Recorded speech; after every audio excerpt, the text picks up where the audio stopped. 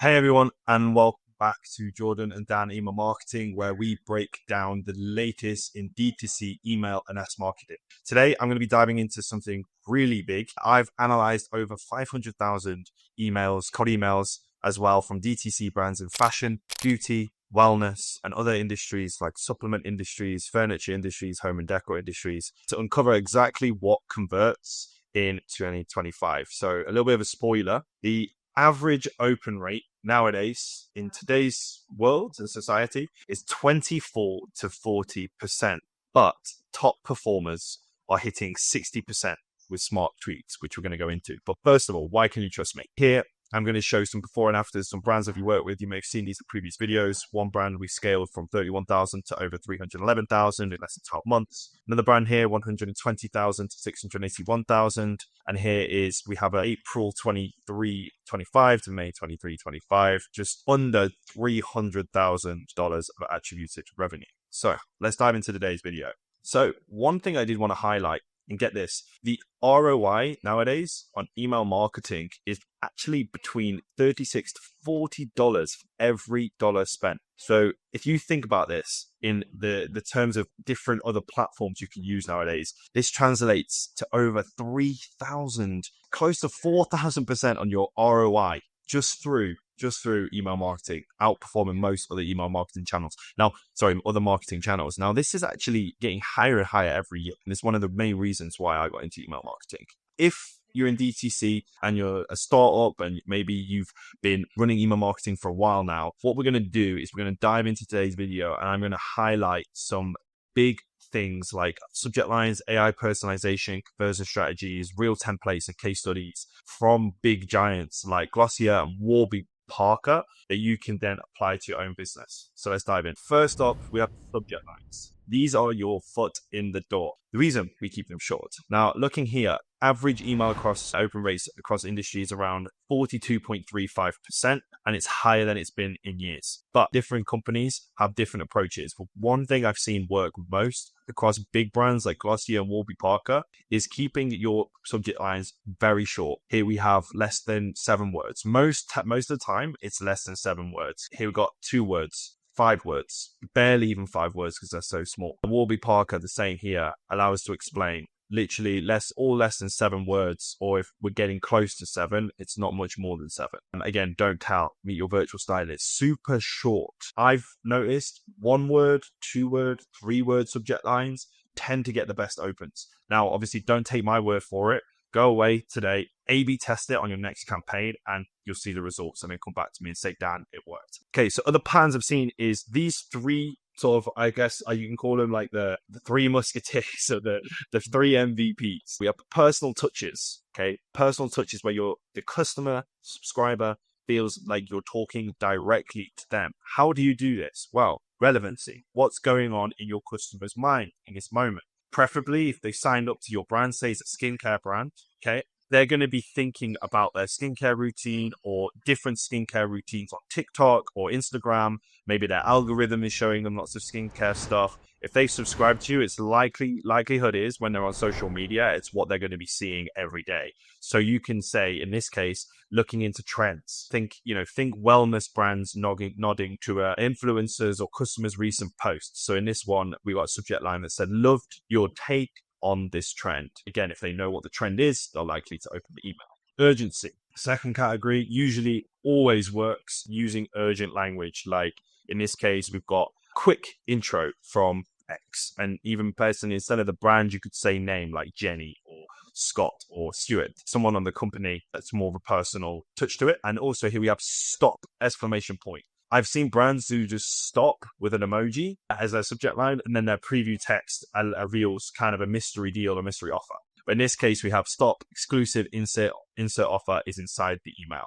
And then lastly, we have the connection builder. In this case, we're trying to, again, basically become friends with the subscriber and say, hey, we're on the same page as you. In this case, it's just a simple hello from the niche that you're in, fan. So in this case, if you were from, I don't know, a particular makeup brand, and maybe you're talking about a makeup routine, you could say hello from your favorite or my new favorite evening routine or something along those lines. Obviously, you can tweak it. But if you can look into the niche and get hyper niched, it's even better. So for example, hello from your gardening fan, or hello from your power tools fan, or something like this, right? So finding a niche and then inserting that into your subject line and playing around with the words around it.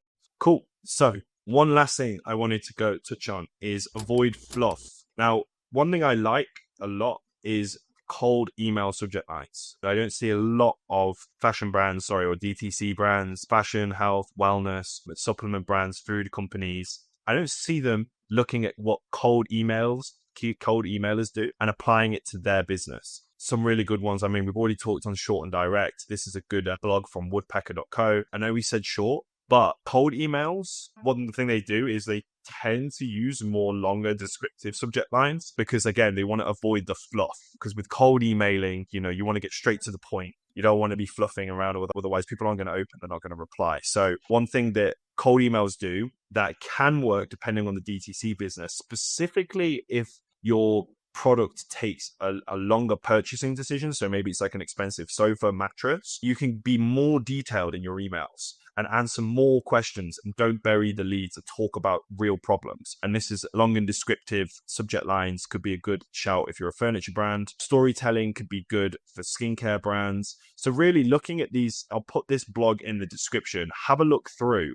and see what category fits your business the most. And you'll know that based on, on your product and what you sell. If you solve a problem, benefit focused, problem solutions are great. If you're like playing on emotions, maybe you're a charity brand, or at least you have a partnership with a charity, storytelling can do really well. Again, like I mentioned, if you have longer purchasing decisions, people are a bit more skeptical of the product. They maybe need more convincing, long and descriptive. Great. So I will put all these in the description. You can have a look and let me know how it gets on. Next, we're going to move on to AI personalization techniques. This is something I'm very, very excited to dive into. And it's something that I don't see a lot of people talking about too much, which is AI specifically within the email marketing and its platforms. Now, I know they can be a bit janky. They can be a little bit unpredictable, but they're getting better every day. AI is improving every day, but whenever the source is improving, so if they're using Grok, they're using ChatGPT, OpenAI, whenever they improve, their products, the platform automatically improves. So Klaviyo, I believe they use OpenAI. It could be wrong. They may have changed. But when I bash checked, I believe they were using OpenAI. And there's actually three, but two of the main things I like to use to be quick and speedy is create segments with prompts, and then also create flows with prompts. So for example, let's try an example prompt. Okay, on engaged profiles from the last 360 days. It's quite simple. I do like it, but probably most likely you've already got this. Now, how about, say you're an 8-figure, 9-figure brand. You've got people abandoning checkouts, thousands of people, hundreds of people a day abandoning your checkouts. How would you find those people? So, for example, you could go and do it all manually, or you can type it in, or you can even say it. So I have a software now which I can actually speak to my computer and it can hear me. So I'm going to say, create me a segment of potential customers who abandoned the checkout in the last 24 hours and also have opened an email in the last 7 days. Okay, wait, there we go. So checkout started at least once in the last 1 day, placed ordered 0 times in the last 1 day, and opened email. Now you could change this to tweak this. So if you wanted someone who placed order and has 0 times over all time, you could do it. So we've got 9. Again, this is a smaller brand. That's why we've got 9. And you can play around with this. So you could do 2 days, 3 days, 4 days, whatever you like. That's one example. Now let me go back and let's create another one. Okay, so let's say you're in a scenario where you have a subscriber signs up to your email list and they've gone through the welcome series. Maybe they've received email 1 and they've been browsing on your website a lot, right? And you want to send them like a personal plain text email to just check in, see how they're doing. We can create that. So let me go to list and segments, create new list, create new segment, and then we're going to type it here. So create me a segment of a subscriber who's opened the first email of our welcome series and has browsed the website more than 2 times in the last 4 days and has not yet placed an order. Let's see. Okay, so open email at least once over all time equals welcome series. Now I know this is the wrong welcome series, so maybe this is where your naming conventions come in. So when you say the prompt or when you type the prompt, you want to put the exact name of the welcome series. That's fine, no problem. And then and active on site is greater than 2 in the last 4 days, right? And has placed an order 0 times over all time. Amazing, perfect. It did it exactly how I asked. Now the reason why I love this, and the reason why I'm using it more and more now every day, well, first of all, I have dictation now, so I don't have to type it. I can just say what I'm thinking, and that's great. So I recommend to go get a dictation tool, first of all. Makes your life so much quicker when it comes to typing things. But also, when I'm on the client call, so I'm specifically talking towards email marketers now, but also brand owners, you can hear this and I can hear this as well.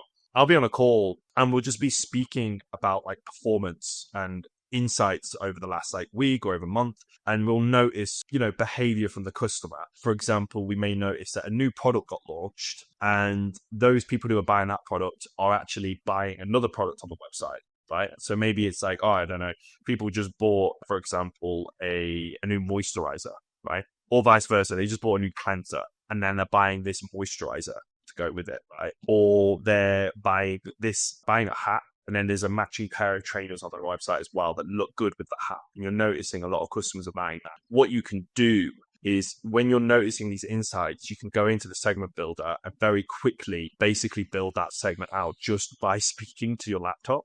And you can do that. What that does is it reduces the amount of time that it takes to find maybe profile properties, things that you just don't understand very quickly, because Klaviyo does it for you. I'm not sure about other profile companies. I think they're starting to do this as well. But yeah, you can build a segment so much quicker and you can build them on the fly based on insights that are coming in very quickly. So that's one way I would like to do it. And it's just made segmentation a lot quicker, a lot easier. So yeah, recommend you checking this out. Recommend you playing around with it. Create some different segments, try some different campaigns out to these segments and see how it performs. The way to get volume, and I mean, we've already spoken about segments, how to build loads of segments really quickly. Again, the faster you are, the more you can get out, the more money you're going to make. Okay, it's just how it works. If your competitor's not using AI, basically, if you're not using your AI, competitor is, most likely they're going to succeed. Another way I've seen brands do this is by building more flows with AI as well. And you can do this now. It's in its beta, so it is a bit rocky, but again, it's only getting better and better every day. So, I mean, I really like this one. When someone in my VIP segment abandons a cart valued over $300, send 2 emails with it. Amazing. I like that one. Let's do that. Okay, let's do it now. So I'm going to write it. So when someone in my VIP segment abandons a cart valued over $100, send 2 emails with a 3 and 20-hour delay, reminding them to purchase before it's gone. This is perfect. I see many brands doing this. You can get a little bit more granular, but if they're a high value intent customer, like a VIP segment, you should be creating specific flows for them. And this is what it says. So when someone added to cart reclaim, I mean, this is that. Again, it's a little bit incorrect. That's not the segment. So you have to make sure the trigger's changed, but it's got the 3 days right. It's got the reminder email right. It's got the second delay right. And it's got the second email right. Amazing. Okay. So let's do the last one. When someone views a product on my website, send them an SMS if they are subscribed. Otherwise, send them an email. Generate draft. And I mean, this will even put in conditional splits, which is one of the things I love the most about it. This conditional split, these are the ones that take the most time. Let's see if it will even add profile filters. So we've got this here. It all looks good. Let's have some profile filters and see if it does that in the trigger. Okay. Make sure in the profile filters that they have never placed an order and they have not been in this flow before. Now let's see. This is something that I don't know if they do this yet, but this would be incredible if they can do it. Okay, so it's not going to let me see it. Okay, here we go. Has ordered product value 0 times. Wow. I mean, it's done it. It's actually added it in. That's amazing. That's incredible. Really. So here, can receiving email. Yes. They get an SMS. No, what more do you need? And I know now I'm going to do a video on this. I'm going to create an AI email from scratch inside Klaviyo. I'm going to instruct you how to do it. But you can literally create an entire flow, all the emails, all the copy, subject lines, everything by yourself without even having a designer, copywriter, and all of this. And it takes, you've seen how long it takes me to do this. Yeah, we're getting to some very exciting points now. So those are 2 main ways that I really like to use AI within Klaviyo. The third way which is something that's a little bit, it's a third party app that we partner here with. It's called Maverick. You may have heard of them. And they use a thing it's called the Content Optimizer. And what it does is it essentially looks at all of your data, all your emails, and generates what they believe is going to be the highest performing subject lines. So here you go, Optimizer generates and finds the best performing subject lines and preview tests for all your emails automatically, and it's always testing. So you'll have this running on your welcome series, your abandonments, even your campaigns, but usually the flows is where you have them running. And it'll constantly be testing new subject lines to make sure you're always getting the best open rates. And they've got some cool, new strips is one they've partnered with here, 19% incremental revenue, which is incredible. Again, we partner with Maverick, we use them, so I know their product works. I wouldn't ever push or advertise or speak about a product that I don't believe in. I know that Maverick works. And again, they are leading right now in AI personalization. They even released a new product, which I'm looking into at the moment, which is inbox placement optimizer. But right now, the content optimizer is amazing because think about it, it's testing all of your subject lines for all of your emails all of the time, 24/7, without you even having to do anything. So previously, you would have had to go in, create an A/B test for each subject line, welcome series, abandonment cart, all that stuff individually. Whereas now it's automatically running subject line A/B tests all the time. It's amazing. And they give you your insights as well. So you can see the test results, what's working, what's not working. Yeah, honestly, absolutely incredible. You can even control your brand voice. And they believe and they have proof that it will improve incremental revenue. So that's one thing I wanted to touch on. Again, a third tool that we use. And let me know if you guys speak to Maverick and try it out. I'm curious to know how it goes. Okay, so moving on to the next part, which is about lead to sale conversion strategies. And there's four main areas we want to be focusing on. And we have talked about this in a previous video, but I want to highlight it again because it's just something that I see over and over again whenever I see different brands, 8-9 figure brands like Glossier, like Warby Parker, they're all doing this. So to start with, let's just bring some statistics into it. So this is on 2025, average conversion rate. Right now, average conversion rate is about 15.22%. So all of your email marketing average is around 15% of all your revenue, attribute revenue should be coming from email. I know brands mostly that are doing really well go 30% and beyond. Again, here, projected email users, 4.6 billion by 2025. This is like over half the world's population. They're all on email. And other things to note is impact of automation, 320% more revenue. So this is the thing. The longer you have your flows, your four core flows live, the more money they're going to bring in over the next few years. So I want to highlight that because it's super important. First of all, top tactics. So this is what I constantly see. And it's segmenting prospects. And we've talked about segmenting before, but specifically for prospects. For example, you want to target qualified leads by the niche and by what they're looking at. So for example, if you're a fashion brand, you have many different, clothes, items, accessories, all that thing in your store. Best thing you can do is segment them by their behavior and get specific. So start with their behavior. So first of all, viewed product, didn't buy. Okay. Viewed trainers, viewed sunglasses, didn't buy. Okay. And then these are kind of your highest intent leads, you could say. So this segment is high intent. So someone who's viewed a product but didn't buy it, or someone who added to the cart, someone who checked out but didn't check out, and doing it by specific product. Then you have demographics. Then you have a life cycle stage and you have your engagement level. So it's from left to right. So we start with the behavior, you go in your demographics, you go in your life cycle stage, you go in your engagement level. So like we did in the Klaviyo AI, you can basically touch each of these categories, talk about each of these categories, create an AI segment in Klaviyo, and then send a specific campaign. For example, viewed trainers didn't buy, added trainers to cart didn't buy, they are male, and they are a prospect, and that they are an engaged 30-day open clicker. There you go. There you've got your high intent segment, which likelihood is if you send them a personalized campaign, something very short, which we'll go into in a minute, with just a shop now around the specific products that they're looking at, the conversion rate based on the industry average right now is around 15%. So let's dive into the second tactic, which is looking at keeping it concise and relevant. So I've talked about Warby Parker and Glossier emails here because they're a good example. So like I mentioned, I've used Warby Parker and Glossier emails as an example because they're really good following at least the concise and to the point in terms of what they're targeting. So the second point is to keep it concise. And we've already talked about segmenting prospects. So if you segment based on their behavior, based on, behavior, demographics, life stage, engagement level, then you create a very concise email, talk to who they are. So what does that look like? In this case, Warby Parker, we've got some really good examples here of different frames that they're selling. So you could have someone who's looking at frames, send them this, shop the glasses, shop the sunglasses. You can get even more specific. And like I said earlier, if you just highlight that they were looking at sunglasses, you can make this whole email just about sunglasses frames, right? So you get even more specific. And then you send that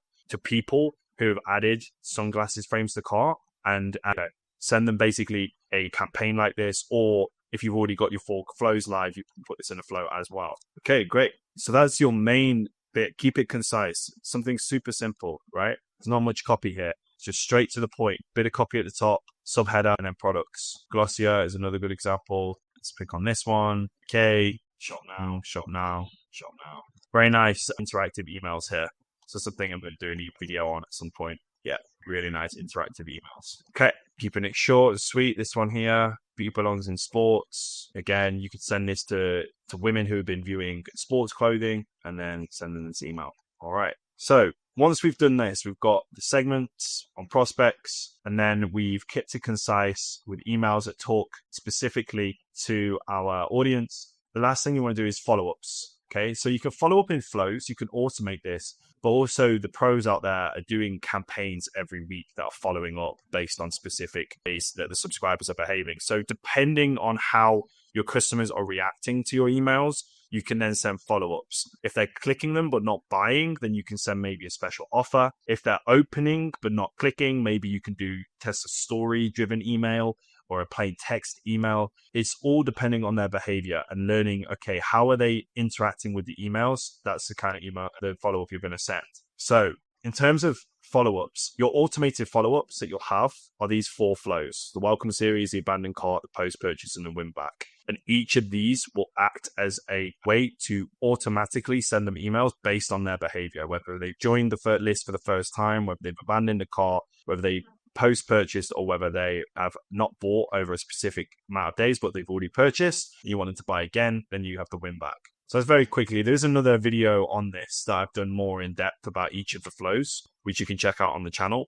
But just to give you the top tactics, this is what I see. These 4 flows are the main ones. Okay, and then the last thing is integrating tools. And I already spoke about Maverick. This is a tool where essentially, as I mentioned earlier, you have different AI tools to help you with inbox placement and with optimizing your subject lines and content. They also do personalized videos as well. Again, these are tools that you can leverage, basically do the heavy lifting for you. Okay, so in the next section, we're going to talk about some templates and case studies. So basically things that we've done in our agency, a specific formula you can follow. It's called the anatomy of a profitable email. And then you can go ahead and start creating your own strategies that follow in the footsteps of these big brands like Glossier and Warby Parker. Okay, so let's make this the quick template for it. You've got your header, you've got your subheader and your CTA. This is a standard formula that I see most top brands do.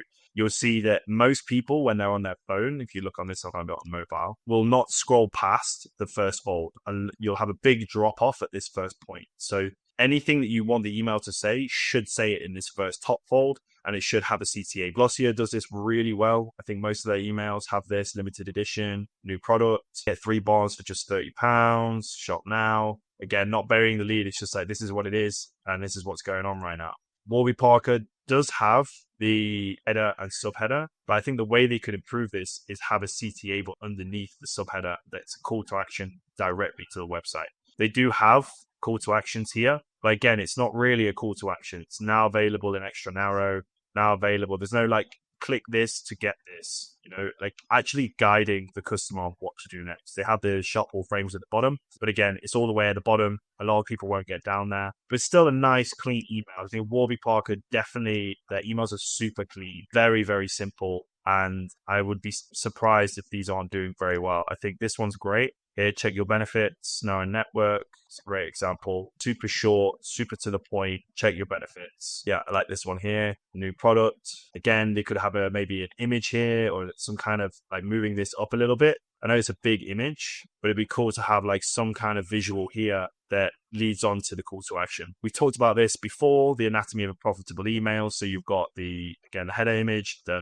headline, subheader, and then the CTA button. That's what it looks like.